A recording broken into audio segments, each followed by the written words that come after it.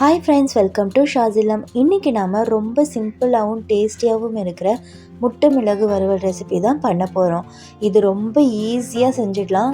கொஞ்சம் இன்க்ரீடியன்ட்ஸ் தான். இது ரைஸ்க்கு, சப்பாத்திக்கு, இட்லி, தோசைன்னு எல்லாத்துக்கும் சைட் டிஷ்ஷாக சூப்பராக இருக்கும். பெப்பர் ஃப்ளேவர்னால கொஞ்சம் ஸ்பைஸியாகவும் வாசனையாகவும் இருக்கும். உங்களுக்கு எக் ரெசிபி பிடிக்கும்னா கண்டிப்பாக இந்த ரெசிபி ட்ரை பண்ணி பாருங்கள். அட்டகாசமாக இருக்கும். ஸோ டைம் வேஸ்ட் பண்ணாமல் வாங்க வீடியோக்குள்ளே போகலாம். இந்த ரெசிபி பண்ணுறதுக்கு நான் ஃபஸ்ட்டு ஒரு அகலமான பாத்திரத்தை எடுத்துக்கிறேன். அதில் ஒரு 3 டேபிள் ஸ்பூன் அளவுக்கு எண்ணெய் சேர்த்துக்கிறேன். எண்ணெய் காஞ்சதுக்கப்புறமா ஒரு கொத்து கருவேப்பிலை சேர்த்துட்டு அதில் நான் ஒரு 2 மீடியம் சைஸ் வெங்காயத்தை நல்லா நீளமாக கட் பண்ணி வச்சுருக்கேன். அதை சேர்த்துக்கலாம். இந்த வெங்காயம் வதங்கிறதுக்காக நான் கொஞ்சமாக சால்ட்டு சேர்த்துக்கிறேன். சேர்த்துட்டு நல்லா கண்ணாடி பதம் வர வரைக்கும் வதக்கிக்கலாம்.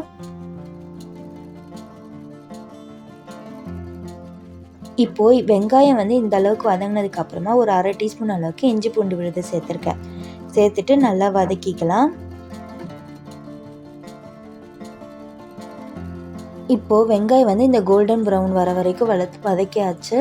இதில் நான் ஒரு மீடியம் சைஸ் தக்காளியை நீளமாக கட் பண்ணி வச்சுருக்கேன். அதையும் சேர்த்துட்டு ஒரு தடவை நல்லா கலந்து விட்டுட்டு இதில் நம்ம மசாலாலாம் சேர்த்துக்க போகிறோம். இதில் ஒரு 1/4 டீஸ்பூன் அளவுக்கு மஞ்சத்தூள், 1/4 டீஸ்பூன் அளவுக்கு தனி மிளகாய் தூள், ஒரு 1/4 டீஸ்பூன் அளவுக்கு ஜீரகத்தூள், ஒரு 1/4 டீஸ்பூன் அளவுக்கு சிக்கன் மசாலா. அப்படி இல்லைன்னா நீங்கள் கரம் மசாலா கூட சேர்த்துக்கலாம். அதுக்கப்புறமா ஒரு 1/2 டீஸ்பூன் அளவுக்கு தனியாத்தூள் சேர்த்துட்டு நல்லா கலந்து விட்டுக்கலாம். இப்போ இதில் நான் ஒரு 3/4 கப் அளவுக்கு தண்ணி சேர்த்துக்கிறேன். சேர்த்துட்டு நல்லா கலந்து விட்டுட்டு ஒரு 3லேருந்து 4 நிமிஷம் வரைக்கும் நல்லா லோ ஃப்ளேமில் வேக வச்சுக்கலாம். இதில் இந்த கிரேவிக்கு தேவையான அளவுக்கு சால்ட்டு சேர்த்துக்கலாம். சேர்த்துட்டு மூடி வச்சு ஒரு 3 நிமிஷம் வேக வச்சுக்கலாம்.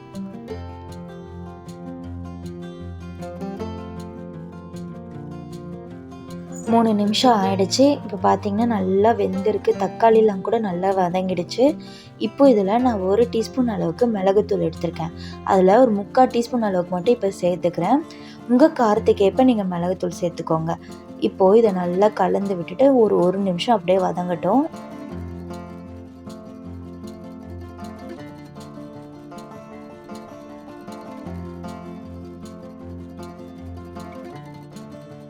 இப்போ இந்த கிரேவியை நல்லா எல்லா இடத்துலையும் ஸ்ப்ரெட் பண்ணி வச்சுக்கலாம்.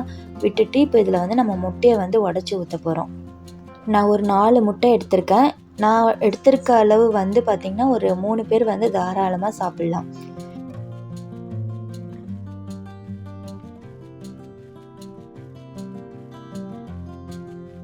இந்த மாதிரி எல்லா முட்டையும் உடச்சி ஊற்றிட்டு மூடி வச்சு ஒரு 2லேருந்து 3 நிமிஷம் நல்லா வேகட்டும். ஃப்ளேம் லோ ஃப்ளேம்லேயே இருக்கட்டும், இல்லைன்னா அடி பிடிச்சிரும். இப்போ 3 நிமிஷம் ஆயிடுச்சு. இப்போ பார்த்தீங்கன்னா நல்லா கீழே இருக்க லேயர்லாம் வெந்திருக்கும். இப்போ இதை தனித்தனியாக எடுத்து திருப்பி போட்டுக்கலாம்.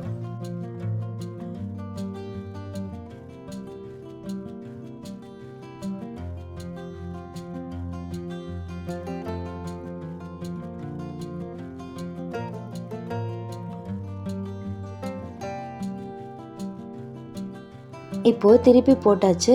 இப்போ இதையும் மூடி வச்சு ஒரு 2 நிமிஷம் நல்லா வேகட்டும். இப்போ பார்த்தீங்கன்னா 2 நிமிஷம் ஆகிடுச்சு. இப்போ நல்லா வெந்திருக்கு. எண்ணெய்லாம் நல்லா அழகாக பிரிஞ்சு வந்திருக்க பாருங்கள். ரொம்ப டேஸ்ட்டாக இருக்கும். இப்போ நம்ம கரண்டியை வச்சு நம்ம அந்த முட்டையெல்லாம் உடச்சி விட்டுக்கலாம்.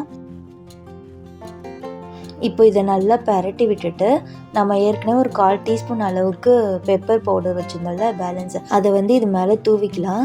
தூவிட்டு லைட்டாக பரட்டி விட்டுட்டு கொஞ்சமாக கொத்தமல்லி தூவி சர்வ் பண்ண வேண்டியதான். சூப்பரான ஒரு முட்டை மிளகு வறுவல் ரெடி ஆகிடுச்சு.